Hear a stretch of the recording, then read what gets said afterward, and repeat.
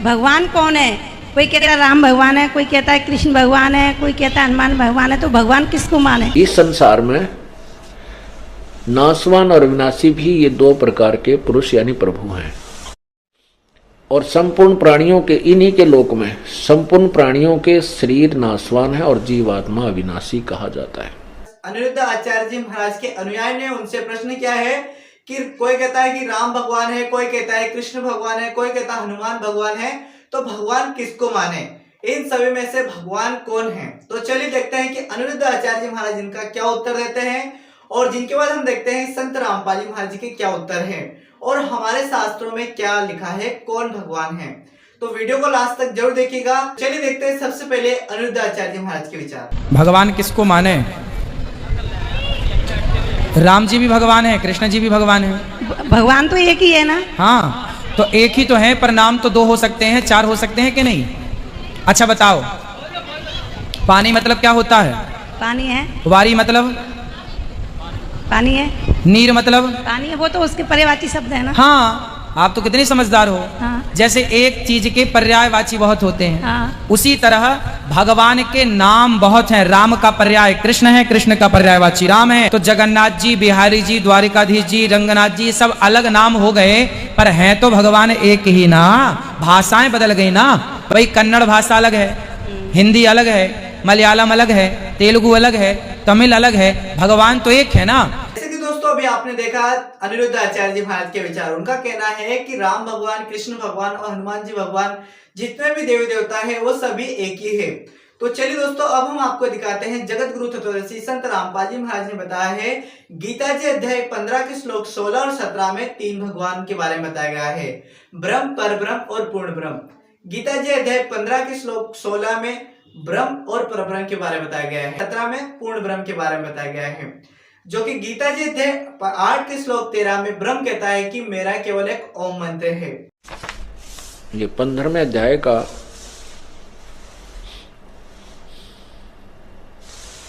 और ये 16वां श्लोक है। दिवौ इमौ पुरुष लोके क्षर च अक्षर एवं च क्षर सर्वाणी भूतानि कटुस्थ अक्षर उच्यते।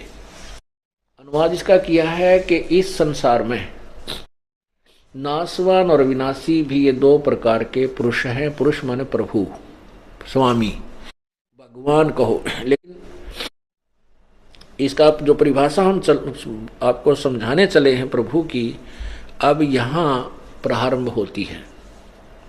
अभी तक ये इसकी भूमिका बनी है। अब देखना, इस संसार में नाशवान और विनाशी भी ये दो प्रकार के पुरुष यानी प्रभु हैं। और संपूर्ण प्राणियों के इन्हीं के लोक में संपूर्ण प्राणियों के शरीर नाशवान है और जीवात्मा अविनाशी कहा जाता है। अब ये अक्षर पुरुष और क्षर पुरुष, क्षर पुरुष ये क्योंकि ये जो पुरुष है, देव जो पुरुषों हैं, इनको हम यहाँ लगा सकते हैं। ये क्षर पुरुष और अक्षर पुरुष।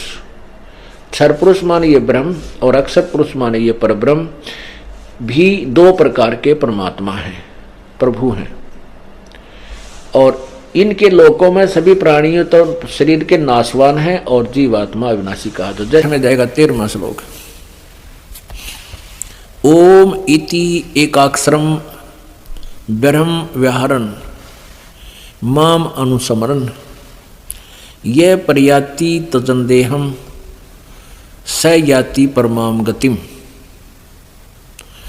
ये कहता है गीता ज्ञानदाता ब्रह्म श्री कृष्ण में प्रवेश करके प्रेतवत बोल रहा है। माम ब्रह्म, मुझ ब्रह्म का, माम ब्रह्म मुझ ब्रह्म का, ओम इति माने यह है एक अक्षर, केवल ओम यह एक अक्षर है। व्यवहारन अनुसमरण, उच्चारण करता हुआ सिमरण करने का। और ये पर्याति तजंदेहम, जो शरीर त्यागते समय तक इसका सिमरण करता हुआ जाता है, सयाति परमाम गतिम, वह परम गति को प्राप्त होता। जो ओम नाम के जाप से जो गति प्राप्त होती है वो क्या है? वो ब्रह्मलोक है। अब गीता अध्याय नंबर 4 के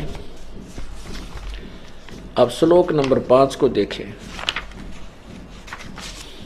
और 9 को देखें। गीता अध्याय नंबर 4 और ये 5वां श्लोक है। इस 5वें श्लोक का यहाँ अर्थ है, हे परंतम अर्जुन, मेरे और तेरे बहुत से जन्म हो चुके हैं, उन सब को तू नहीं जानता, मैं जानता।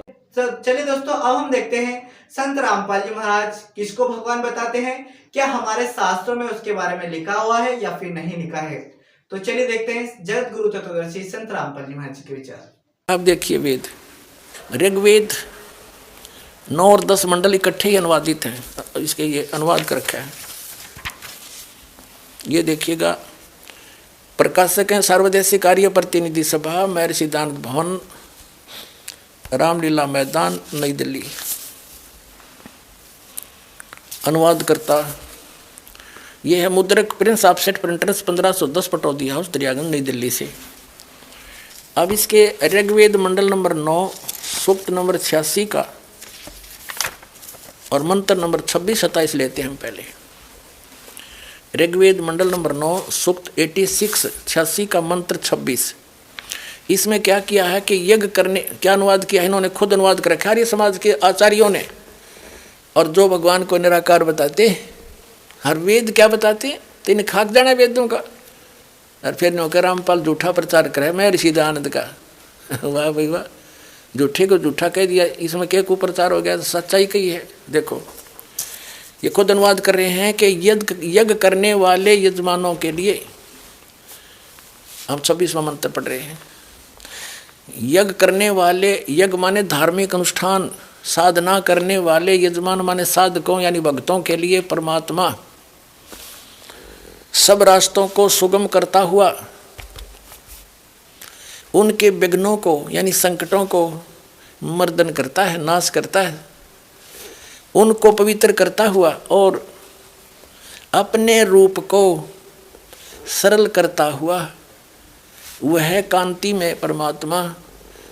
अब देखो इन्होंने इसका अर्थ सर्वज्ञ कर दिया कबीर का। ये देखो ये है कबीर, हम कबीर बोला बै कबीर, हम वेदों को वेद बोलते हैं, यहाँ कबीर, इसको इन्होंने संधि छेद करके ऐसे लिख दिया और अर्थ कर दिया सर्वज्ञ। यहाँ लिखना था वो कबीर देव, कबीर देव, देव माने परमात्मा, कबीर भगवान विद्युत के समान क्रीड़ा करता हुआ वर्णीय पुरुष को यानी अच्छी आत्मा को प्राप्त होता है।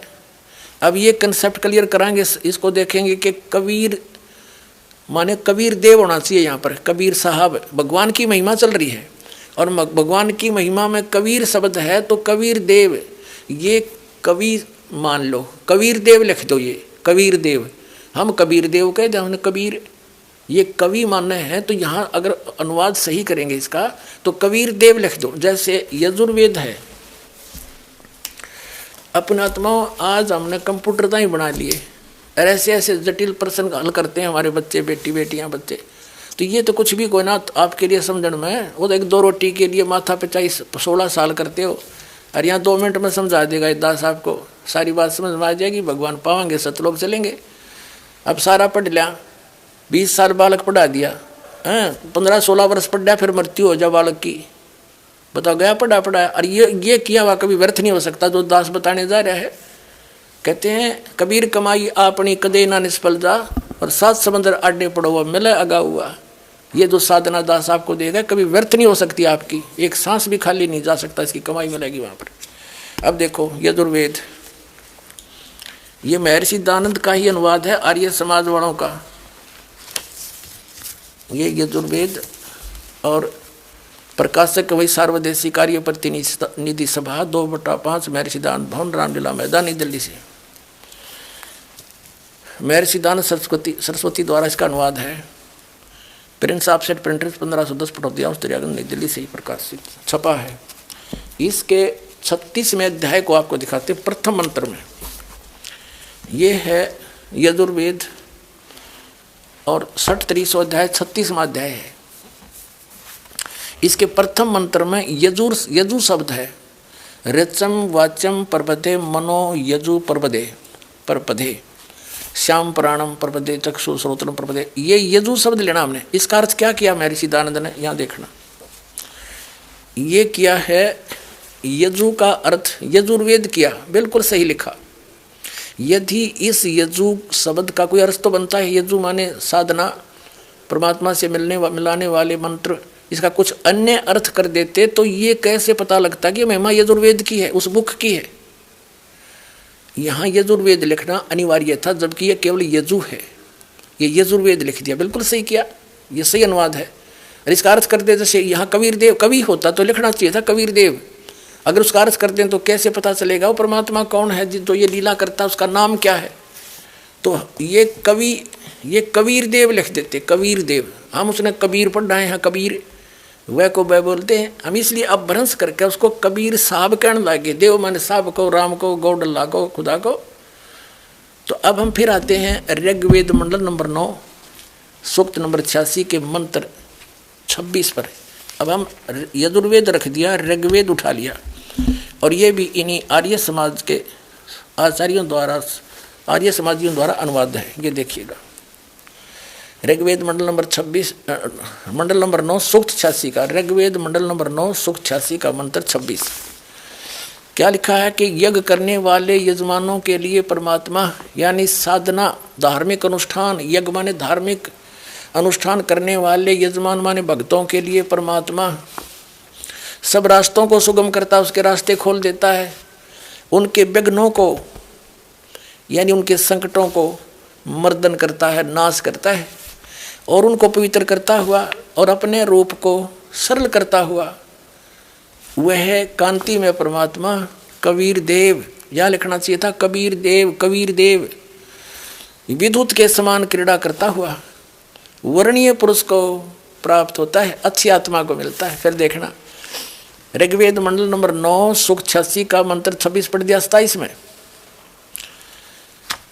जो परमात्मा धूलोक के तीसरे पृष्ठ पर विराजमान है। अब इससे क्या सिद्ध हो गया कि वो परमात्मा तीसरे धूलोक यानी उस तेजो में, सतलोक के तीसरे पोर्शन में, 3 विभाग हैं सतलोक के, आपको बहुत बार बताया है।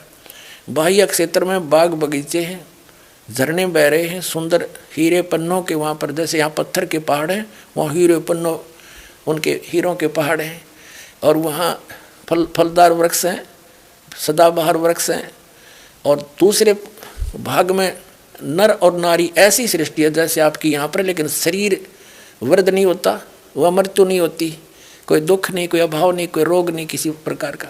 और तीसरा जो पोर्शन है उसमें केवल हंस आत्मा रहती हैं, जो ओनली नर रहते हैं, और उसमें एक स्थान है जहाँ परमात्मा स्वयं विराजमान है। गुम्बज है, राजा के समान बैठे हैं वहाँ पर परमात्मा सिंहासन के ऊपर, सिर पे मुकुट है, श्वेत छत्र है, बहुत बड़ा आलीशान उनका मकान है, परमात्मा जहाँ रह रहे हैं। अब ये तो स्पष्ट कर दिया कि वो परमात्मा तीसरे धूलोक के तीसरे पृष्ठ पर, तीसरे स्थान पर विराजमान है, तीसरे पोर्शन में। और ये आर्य समाज और ये इसके परिवर्तक महर्षि दयानंद क्या कहते हैं, एक झलक फिर दिखा दूं। ये सत्यार्थ प्रकाश महर्षि दयानंद का अनुवाद है, ये अनुभव है,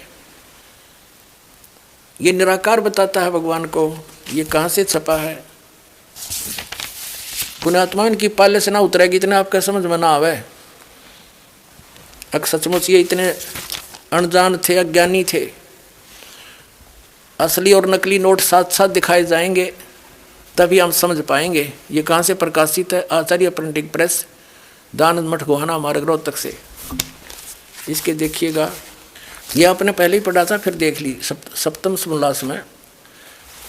ये सप्तम समोल्लास सत्यार्थ प्रकाश के 154 पृष्ठ पे प्रश्न किया किसी ने, ईश्वर साकार है निराकार? महर्षि दयानंद कहते हैं परमात्मा निराकार है। स्पष्ट हो गया।